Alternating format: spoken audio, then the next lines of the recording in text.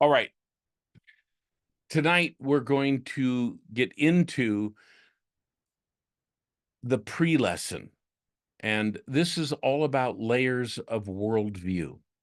And the first thing I want to warn you about, if you have any kind of previous study with me, any kind of study with NLP or hypnosis, please, please do not assume that you know the terminology or that you jump to the conclusion that this must mean that. It probably does, and it probably means a whole lot more. And it takes coming at this from fresh eyes and fresh ears. So, with that said, I'm really excited about what we're going to be going over. So, we're going over worldview. So, worldview is the basis of dream state selling 1.0, which is where we're ultimately going next. So Dream State Selling 1.0 gives an immediate scripted version of the Dream State Selling framework as training wheels for quickly implementing this into what you do. I think that's really important because at least you'll get a head start and you won't feel, like you're swimming in too big of a sea because the sea just keeps getting bigger. It also gives advanced distinctions for utilizing the framework. All right, so right now, to set the stage for that, we're going to go through the key layers of a person's worldview, because that serves as the basis of this entire framework.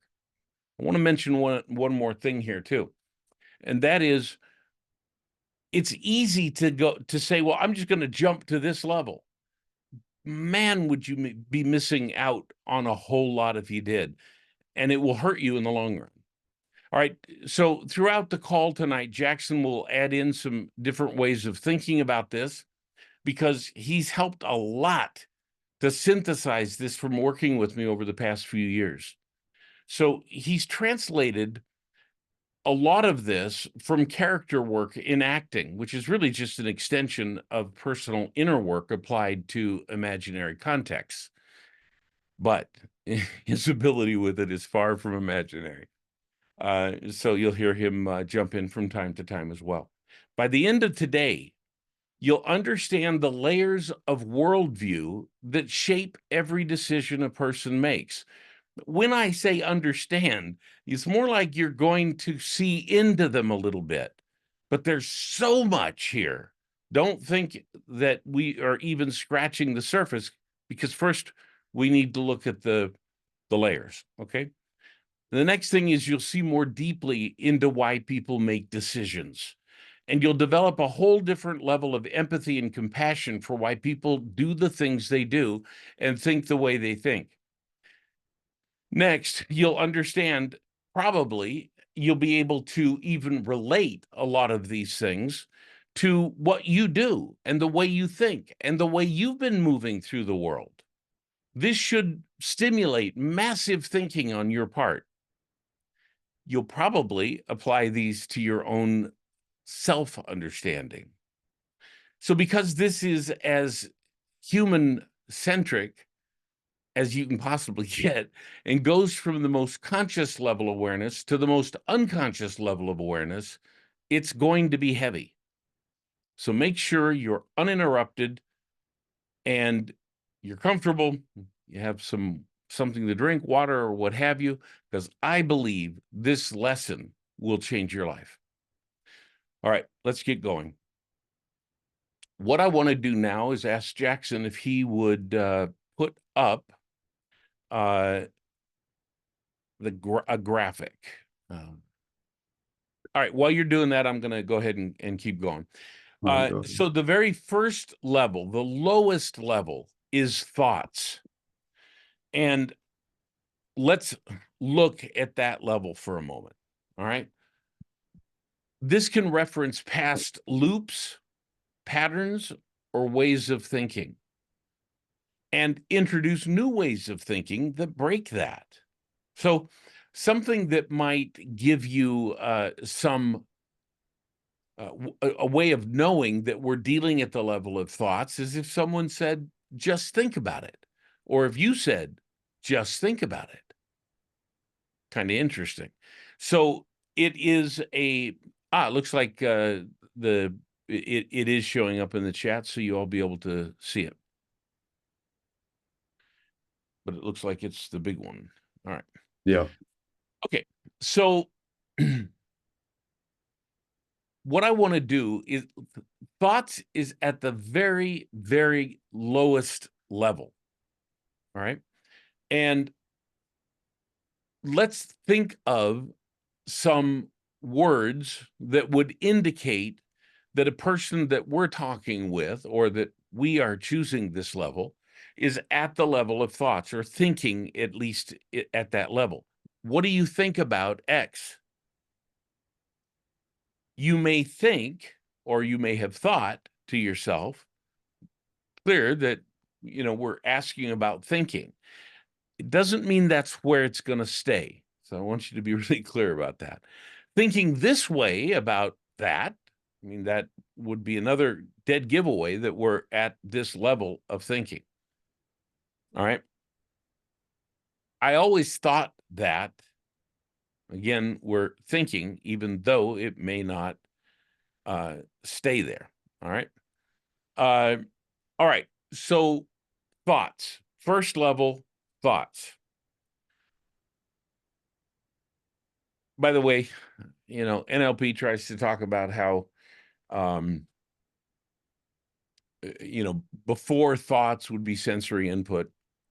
For what we do here, it's absolutely not necessary. So we're starting with thoughts. Let's move up a level. Emotions.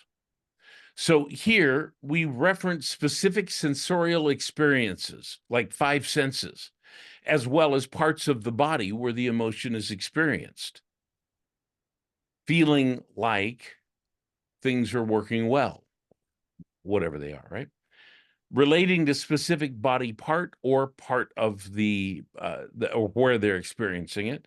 I felt it in my chest. Okay.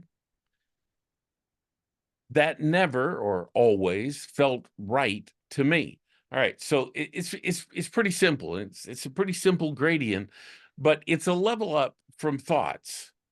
So we can think about whatever, we can think with emotion or without it, but emotion will be the next level up. The other thing is, if I said to you, that never felt right to me, for you to understand that, you would have to have the feeling or experience it, if not ever so briefly, in the now. So emotions allow us to shift time, but they also bring it to the now, which is pretty interesting. All right, let's go to the next level up. Actions.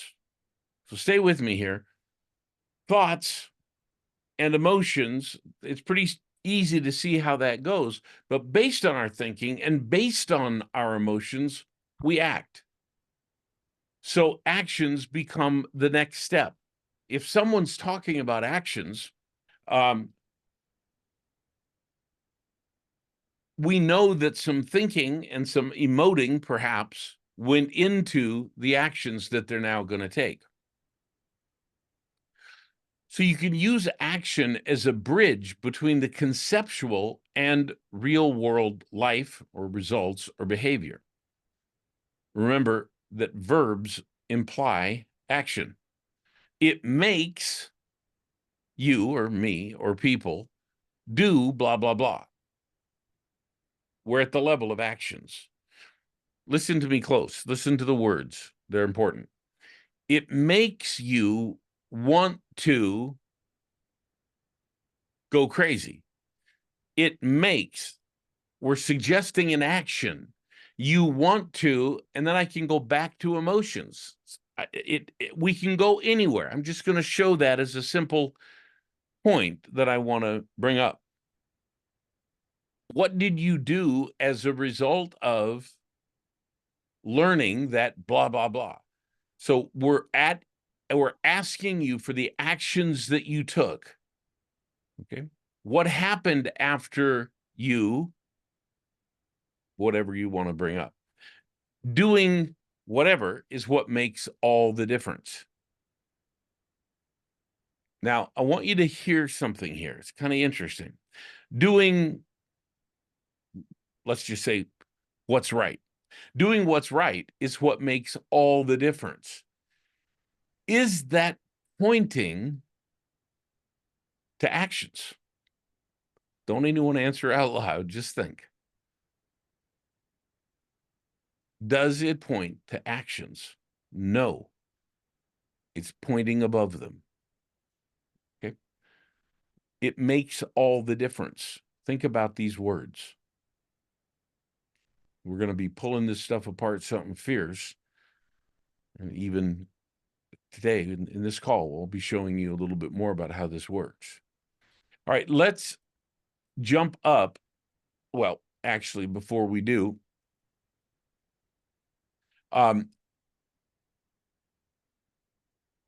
let's jump up above actions. And above actions, let's go to beliefs.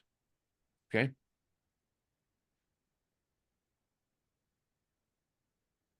A belief is a higher chunk level, a much higher chunk level than actions. So beliefs can make actions happen, right? But actions likely, what they could, but actions likely will not make a belief happen. They could if repeated often enough for a long enough period of time. But belief is a higher chunk up. Now, here's where I want to caution you. If you have any NLP or hypnosis training, you want to be really, really, really careful here. Because people think that you can leverage beliefs. And I'm not saying that you can't. In fact, quite the opposite. But what I'm saying is you need to see how they fit together so we know how to start doing it more effectively. It was sort of a shortcut, but I always thought or felt, and then whatever you want to say. But here we're talking about a belief, but we're then going back down and leveraging thoughts or emotions probably in support of the belief. What makes you think or what makes you feel? So now whatever the answer is to the question is going to probably be at the level of beliefs, but you're asking them that what do your thoughts or feelings, what makes that happen? If they went to the next level up, they'd be operating at the level of belief. What do you think of the way people jump to conclusions, as an example? It's likely going to land in the level of beliefs. Not necessarily, but the more you study this, the more it'll make a whole lot of sense. All right, now let's jump up to what I'm probably best known for, which is values. But notice here, it's just one of the possible options. Okay, it's one of the places that we will hear. So values are a chunk up from belief. In fact, we could say that beliefs can control a whole lot of actions. You know, if you are a good, let's just use Catholic. If you're a good Catholic, you will do this and this and this and this. You'll think this and this and this. You'll feel this and this and this. So down from beliefs, I'm starting to add the different layers. Again, very, very, very simplistically. In the past, I've talked about going after values as a way of leverage. Boy, does it work. However, it just leaves about 90% on the table. The classical elicitation for values is what's important to you about X. So I could say, what's important to you about being more persuasive? Whatever you tell me, let's say you said, well, it's important that I'm more persuasive because I want to make more money. Well, money is definitely a value, right? So I could again say, what's important to you about making more money? And you could say, I want to show off with my friends. All right. That would be above money. In other words, the way you are looked at. So we're staying at the level of values and looking at that level of values, and that's the basic elicitation of them. But here's the thing that I developed a good number of years ago now, but the next step to it was it's better to listen for it. So I got really adept at hearing values and then working with what I heard. It's possible to do that in a way in which you'll say the value and ask if that's right, being not looking to be right, but looking to be corrected ever so slightly so that they zero you in to what it is that you're doing. All right. With anything to do with values in general, you want to make sure they're connected to it. So you probably, if you've ever done any work with values, you may have tried eliciting them and you get something like this. So you're talking to someone about a consulting project that you want to do, and they're sort of going through the motions. So you say, tell me what's important to you about this project working really well.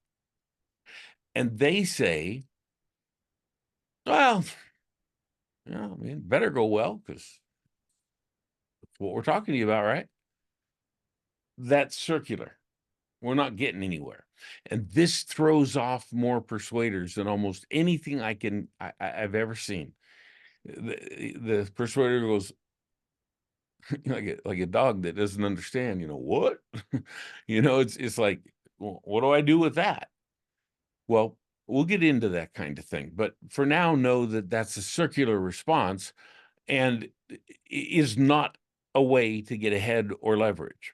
But values is by no means, by no means as high as we go. Not anymore. We got lots more. So let's go above values to roles.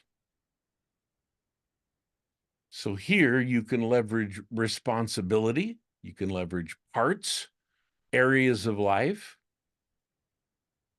You don't want to split their larger identity into parts. You want to be really careful here. But you'll find that many people are in roles. In fact, I was watching an interview the other day, and the woman was asking her guru, she said, I'm curious about your opinion. If you were a teacher, if you were a yoga trainer, if you were a teacher in a school, or even a podcast host like me, and about the time we got there, but she went on, about the time we got there, I'm thinking to myself, man, she is so stuck at the level of roles, which is great. I'm happy to find someone stuck there because at least it starts giving me leverage and it starts identifying where they are in this whole process. Okay. In what part of your life do you usually struggle with that? Or does that happen? That will usually elicit a role response. Sure, that's how it is when you're taking on the responsibilities of being a father. But how about when you are in the role of husband or student, whatever? What area of your life do you feel like is most responsible for that? I'm treading on I'm treading lightly by even I want you to tread lightly even hearing this, because that does split people right there. And you want to be careful that we're not arbitrarily splitting people into roles, or another way to call roles would be parts. So again, look at what we have, right? We have thoughts, emotions, actions, beliefs, values, roles, right? And now where do we go? Identity. Incredibly more powerful to leverage identity than roles or values. Identity, who you are. I am. I am a what. Now that can speak to roles, but it also can speak to a bigger sense of, I am. I'm Kenrick. I find social values, whatever. I am a husband and a father. I am trainer, whatever. Okay. You put those roles together, and that's often the way people will express identity. So in the bigger picture, what is it about you that makes desired result or dream possible? That speaks to identity. Do you hear that? It speaks to identity. At the end of the day, it's you that makes it happen. Tell me about that you. We're heading straight at identity with these.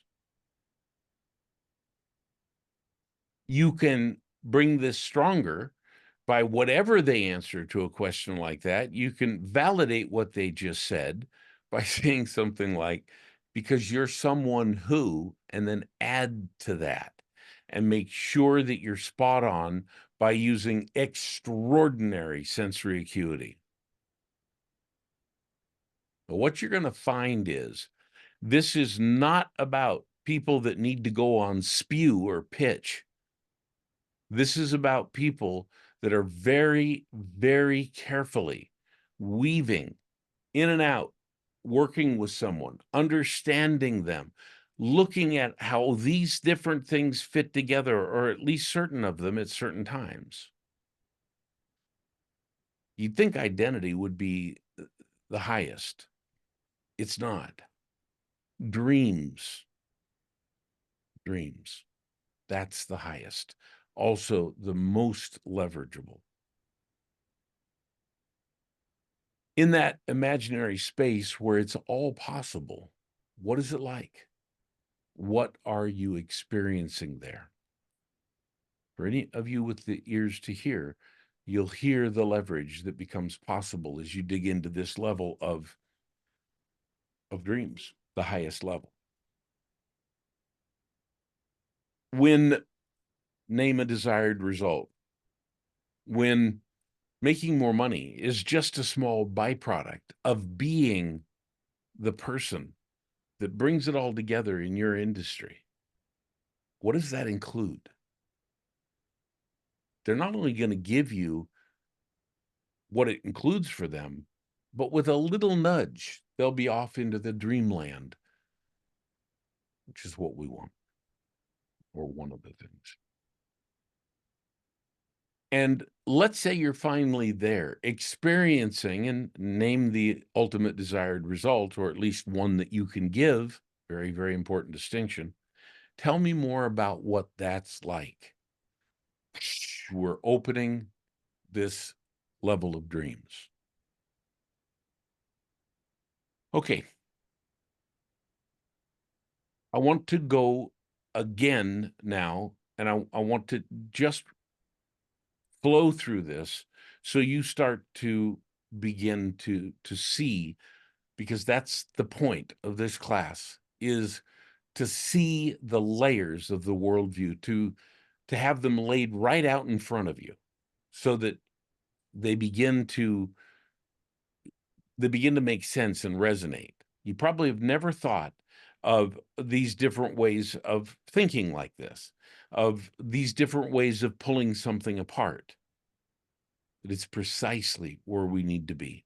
So thoughts, from the lowest to the highest, thoughts, emotions, actions, beliefs, values, roles, identity, dreams.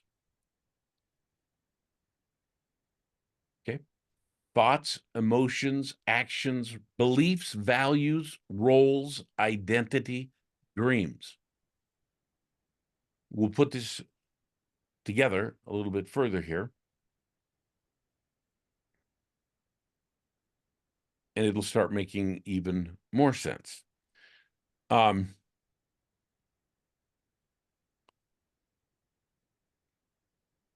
I'd like to do is I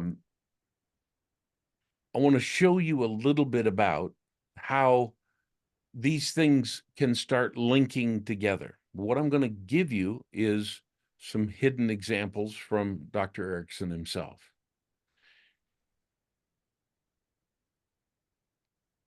In doing so, I am not trying to be fully inclusive, meaning we could spend days talking about each one.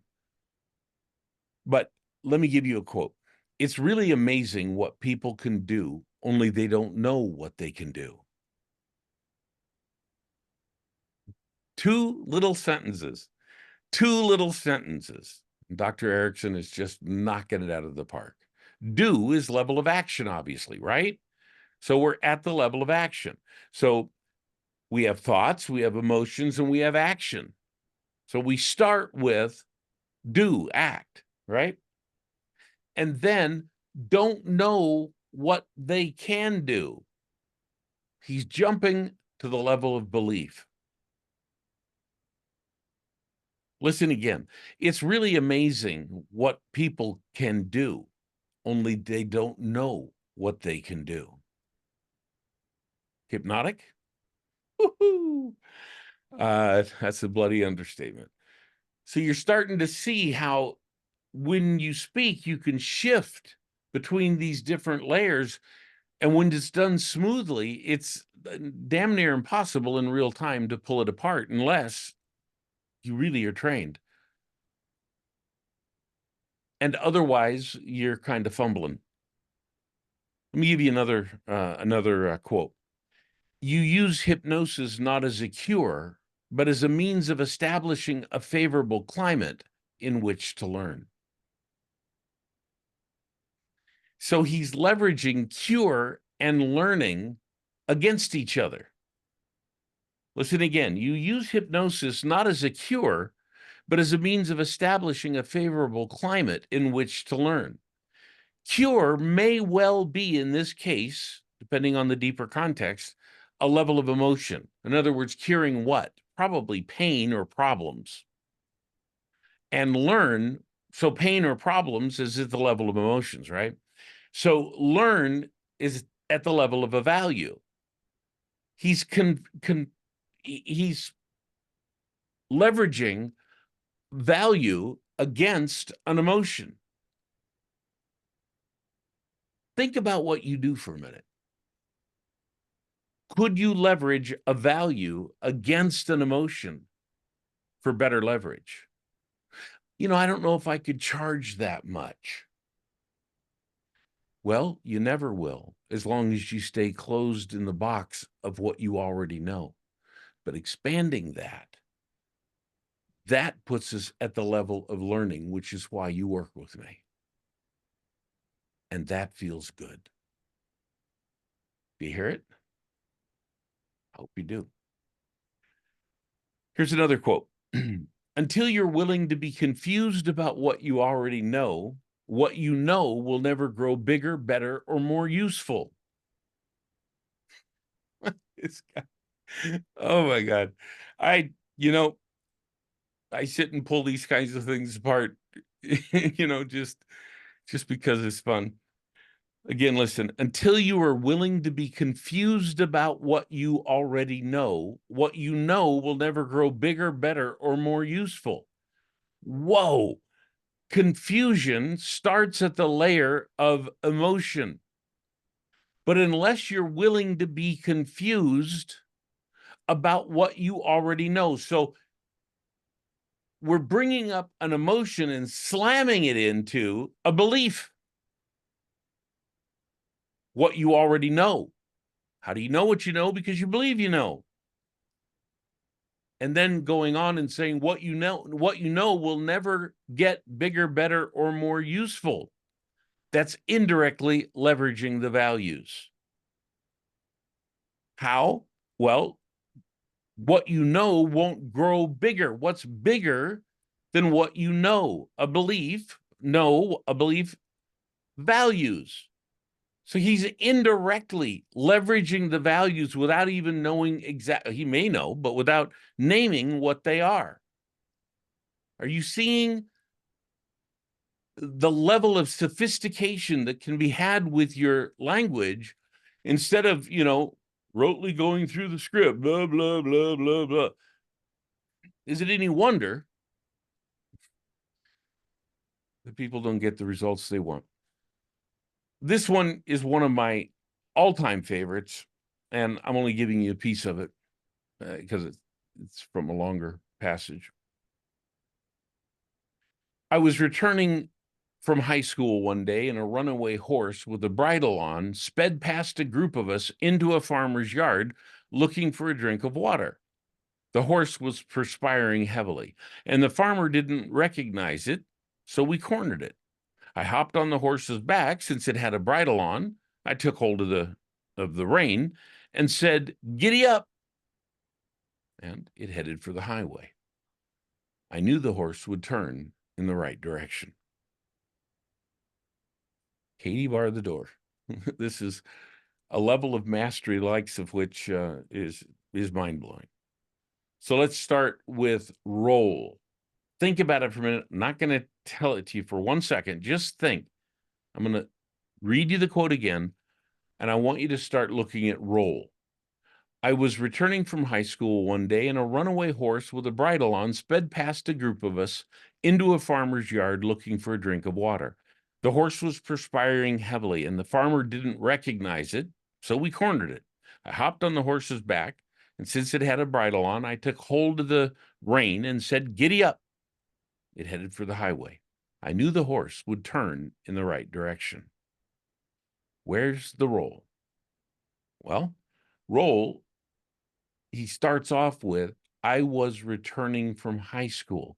He's indirectly leveraging student, the role of a student, but not just any student, but a really, really smart one. Okay, so role. Also, the horse had a role and the farmer had a role. So we're seeing some layers of role happening. Let's go to identity next in that same quote.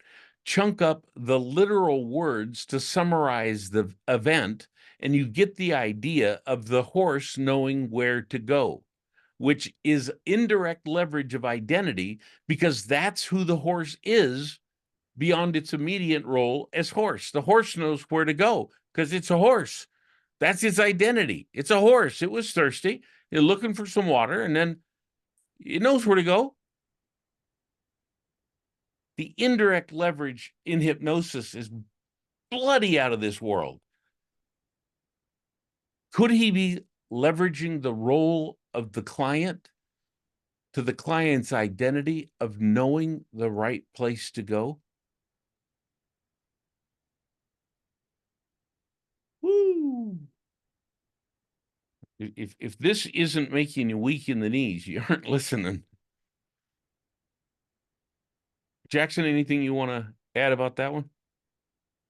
Um, I mean, it's a pretty therapeutic example. So, like, how would you translate that into like a conversational business sort of context? So I'm talking with a client who wants to buy some consulting.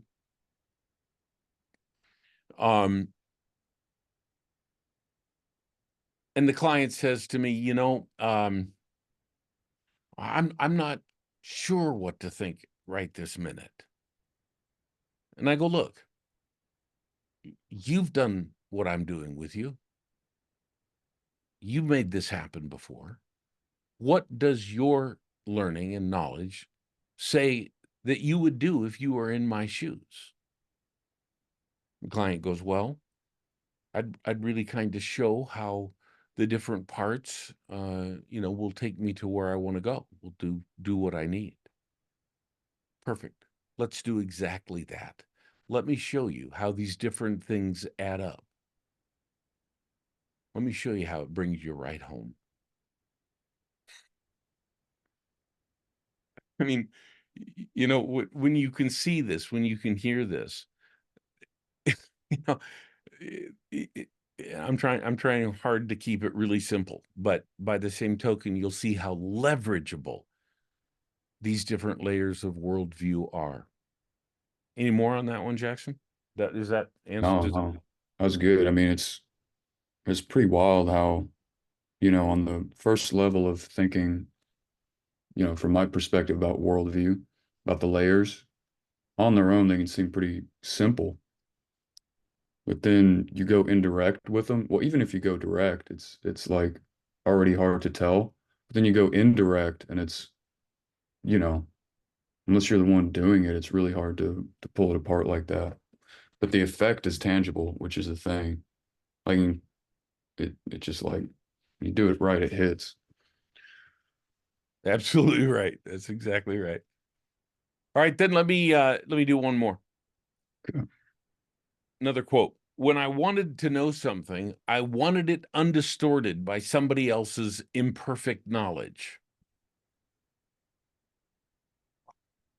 Let me say it again. When I wanted to know something, I wanted it undistorted by somebody else's imperfect knowledge. All right, so let's pull it apart. Know something. It's at the level of identity tied to self. Now, if any of you think, but it could also be, yeah, yes, it can. And if you start pulling all of them apart, you'll find that they all apply and make it even deeper. We'll pile it higher and deeper here. So knowing something is at the level of identity tied to self, likely the idea of deep knowing. Let me say the thing again for you. When I wanted to know something, I wanted it undistorted by somebody else's imperfect knowledge. All right, let's look at imperfect knowledge. It's at the level of belief tied to others. It's lower on the totem pole of the worldview. Now, this likely comes from, I mean, it could come from a number of his stories. I don't know which one this comes from, but I wanted to show the depth at which this is operating. But he wanted to go in to understand something about a very noisy, Erickson, in an extremely noisy, uh, like construction kind of thing where things were banging and slamming and it was just unbelievably noisy. Everybody was wearing earmuffs and that kind of thing. And he walked into a room and he saw a group of people and they were talking and they all understood each other and he couldn't hear a thing. He asked if he could throw a sleeping bag right there in that room and just go to sleep, and they they didn't understand, but they let him. In the morning, he could also hear and understand all that was being said. When I wanted to know something, I wanted it undistorted by somebody else's imperfect knowledge. He didn't want to be told about what was going on. He wanted it directly. All right.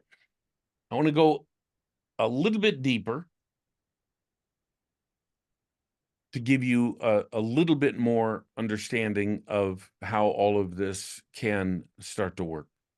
The first thing I want to do, if you haven't looked at the graphic, now would be a good time to do it. And the first thing I want you to see is that there are 8. Is it 8? 1, 2, 3, 4, 5, 6, 7, 8. Yep. 8 different levels of the worldview. This could easily be considered like the backbone, the column, the all the different pieces of the backbone. If things are out of order, they should stick out at you, provided that you basically can see this and understand each of these pieces, so that what you're hearing will jump out to show you what's not in place that's right. And then you have to learn how to figure out, where do we go with that once we have it? But the first step is recognition always, right? If you don't recognize, how do you know what to do with anything? And this class is about recognition, not what to do with it yet. So if this were a backbone, these are the different parts that could be out of whack, in whack, leveraged. All right. So let's start with the lowest 3: thoughts, emotions, and actions. All right. These represent sensorial experience of the world. If any of them are out of whack, that's the level that is being dealt with. So it could represent their sensorial experience. It likely will have to be interpreted in the now. Another thing these 3 things can be used for is pacing, which keeps things conversational. And if you have any training or background in that, you can see how talking at the level of thoughts, I'm thinking, you're thinking, a person could be thinking about a time when they were experiencing an emotion that was so incredible that they took action. See, I can be using it as a pacing statement. I can be doing all kinds of stuff with it. But it's immediate daily awareness at this level. It's important that you know that, because the layers above it are conceptual, where these are immediate. They're daily awareness. They're things that could be going on right now in our head and aren't necessarily having to be something that's real conceptual. Okay. The next level, the next chunk above that, if you will, are beliefs and values.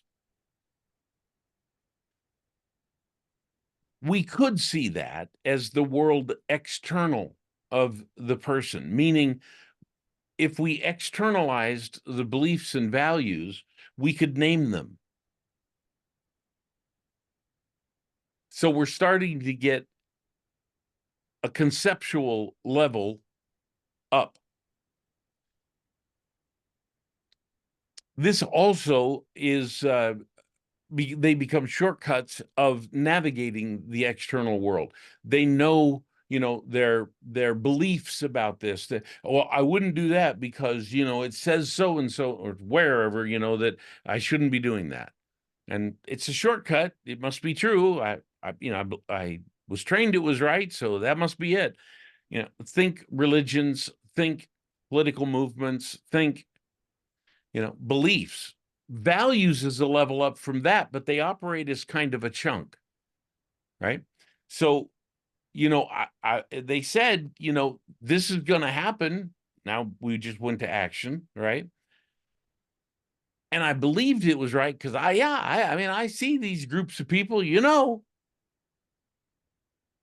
I don't think it's right. Mm.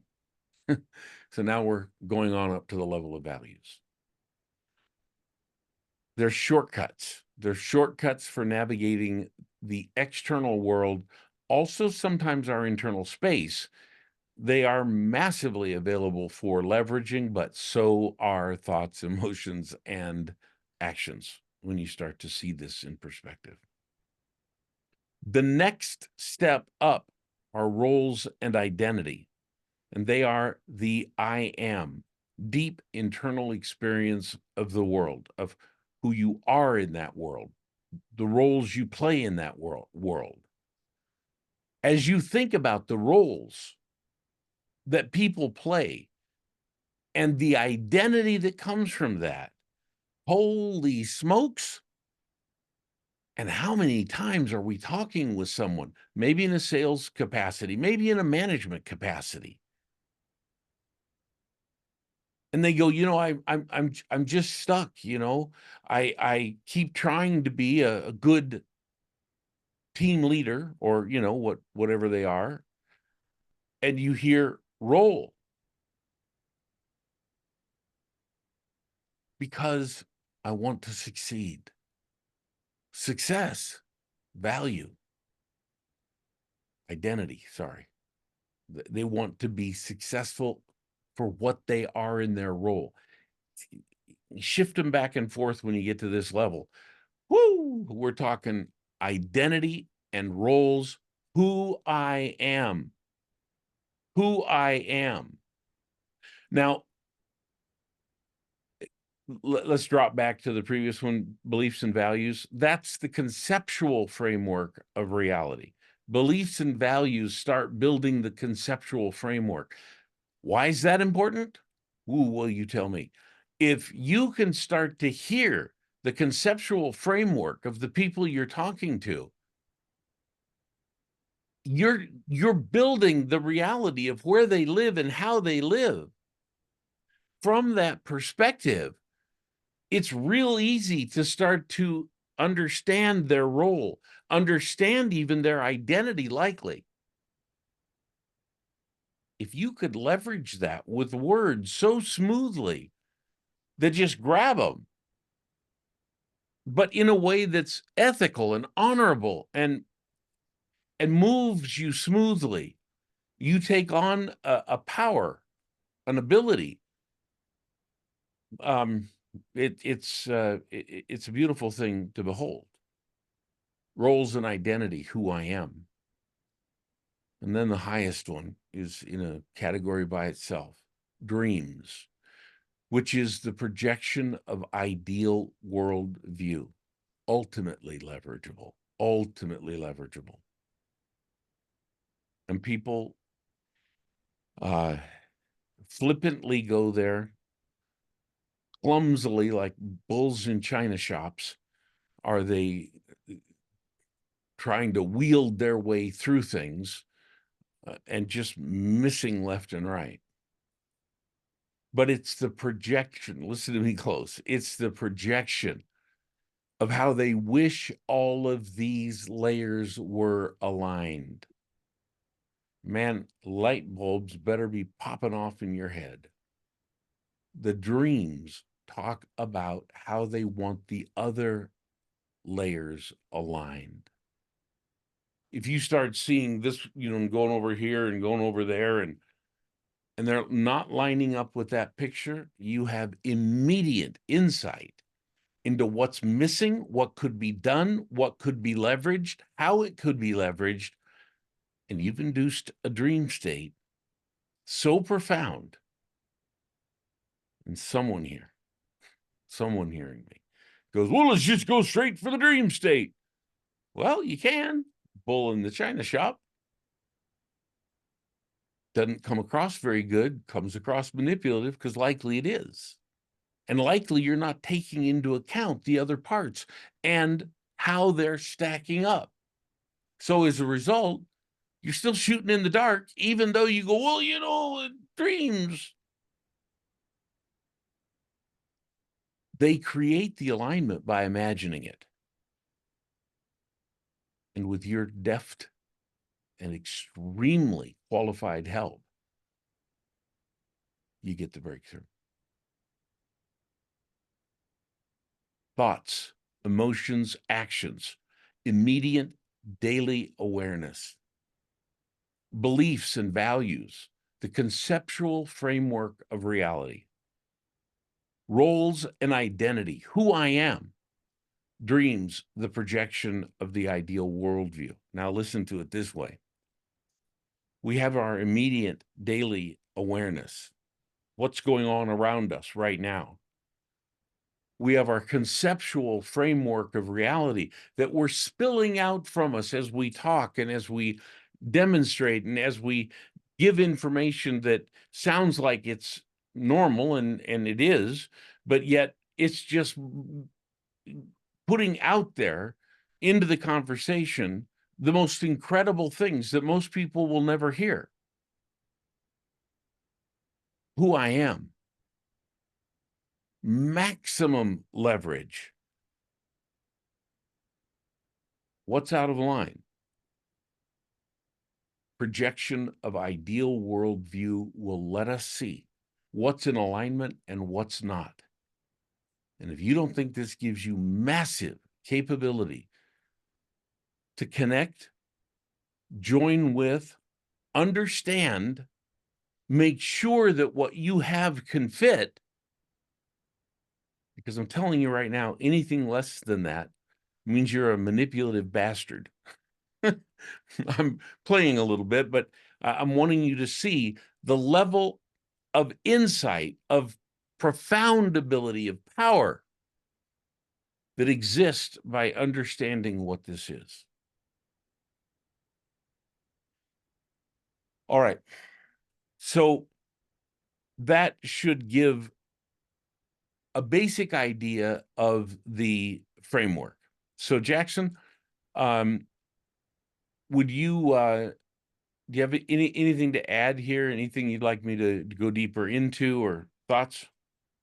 No, I mean, everything I thought of, you hit on.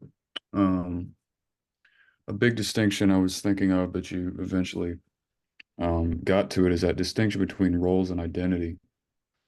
Like roles being in the general sense, like think of them linking socially to other people, because that's where most roles come from, versus identity aside from that, like let's say laying in bed at night looking at the ceiling, that like them then is more identity than thinking about roles, relationships with other people. And that's a good way to listen for roles. Is how are they talking about, like father, mother, teacher, student, um, executive, salesperson, whatever. All these are all roles. And something to listen for um, is, are they confounding one particular role as evident of their entire identity, or like, or is there conflict between roles in their life that's causing issues on, a deeper or higher level of identity sort of thing. So I think that's something especially to listen for now in handling it. I'm sure, Kenrick, you've got certain ways of doing that so that you're not, splitting like you talked about. I think just being able to hear that is so powerful, and even recognizing yourself, because that's a distinction that I don't think is commonly talked about, but it can be so crucial. Um, Beliefs and values, beliefs sort of like, yeah, or values like, I've heard you say it before, Kenrick, values are like constellations of beliefs. So like lots Well, of different beliefs are beliefs. constellations underneath values. So a Yeah, okay. value would summarize, uh, Right. be a shortcut of these constellations of beliefs. Okay. Yeah. Um, so that's a helpful way that I think about it, is sort of like lots of different beliefs connected together form values. So if you hear values, um, I find it helpful to think of, if you want to go down to the level of belief, okay, what are all the different beliefs that structure and create that, the form of that value, if you wanted to go down. And then thoughts, emotions, actions. I mean, you already hit on it, but those being about immediate daily awareness, I think is very important, because that's a way to make this conversational, especially when you get up to some of these higher levels. It can get real conceptual real fast if you're not also throwing in there thoughts, emotions, and actions to sort of almost like bring them back to immediate daily awareness type thinking. It's um, that's something I found helpful in writing, especially. Um, yeah. Okay. And of course, dream is just like all that projected outward. It's like Exactly the right. net force of all of those levels expanded outward and how they want it to be. Like, dang. All right. So really good. The what I want to jump into is I'll be happy if we could maybe stop sharing the Yeah. screen now. And I, I, I want to allow for some questions. I'd prefer you to write them. The odds are I'm not going to answer them because this is tonight about the framework. It's about helping you to see the framework so you understand the framework or understand what it can be, but it is not about how to. Do not ask me how to questions tonight. I don't want to confuse this. Don't ask me, could we use it here or there? Could we use it over there or over here? I won't answer. What I will do is extol any additional information about how these different blocks of the frame and this whole framework uh, fit, maybe. So let's see here. Here, maybe we have one.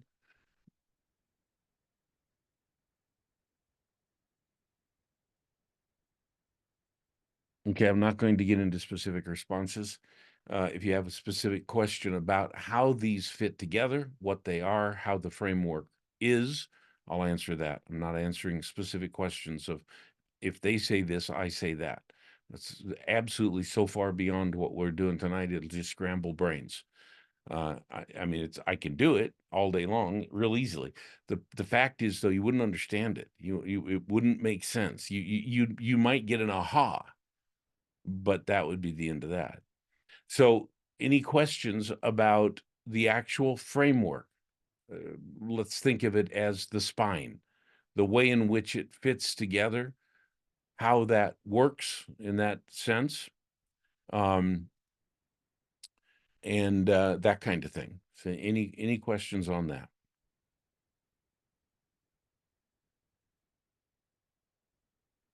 All right. Well, it doesn't surprise me, frankly, that you're all sitting there trying to figure it out, and probably where your head's going to is, well, how would I do it here? How would I do it there? How would I do it everywhere? I don't eat green eggs and ham. So yeah, that's an appropriate place for you to start going. But until you can recognize these levels, until you can start to do that kind of thing, it won't make any difference. So one of the things that I'd like to suggest you do is to start listening very, very carefully to conversations. As you listen, identify which of these four big chunk levels are they at? Are they at the level of immediate daily awareness? Is that where they're talking to you from? Are they talking to you from a conceptual framework of reality? Are they outlining their framework of reality in some way? Are they talking about who they are, the roles they play, or who they are? Or are they telling you about their dream, what they want? If you manage, boy, are you just in for a beautiful treat because you're going to hear this stuff just flooding out of the people you manage. If you're a business leader or coach, you will hear this stuff. All you have to do is start focusing on it. You could even record conversations, whatever the law is where you're at, take that into account and just ask yourself which of these four levels is being talked about in this 5-minute chunk. Does it switch? Are they going from, one level to another? What levels seem to be out of balance? Where are the out of balance points? Don't start trying to elicit. Start trying to hear. And as you look at these four main areas, you're going to be able to start to see how they all stack up, where they go, and what they do. So that gives you a couple of things to start to think about. And let me see if I see any additional questions.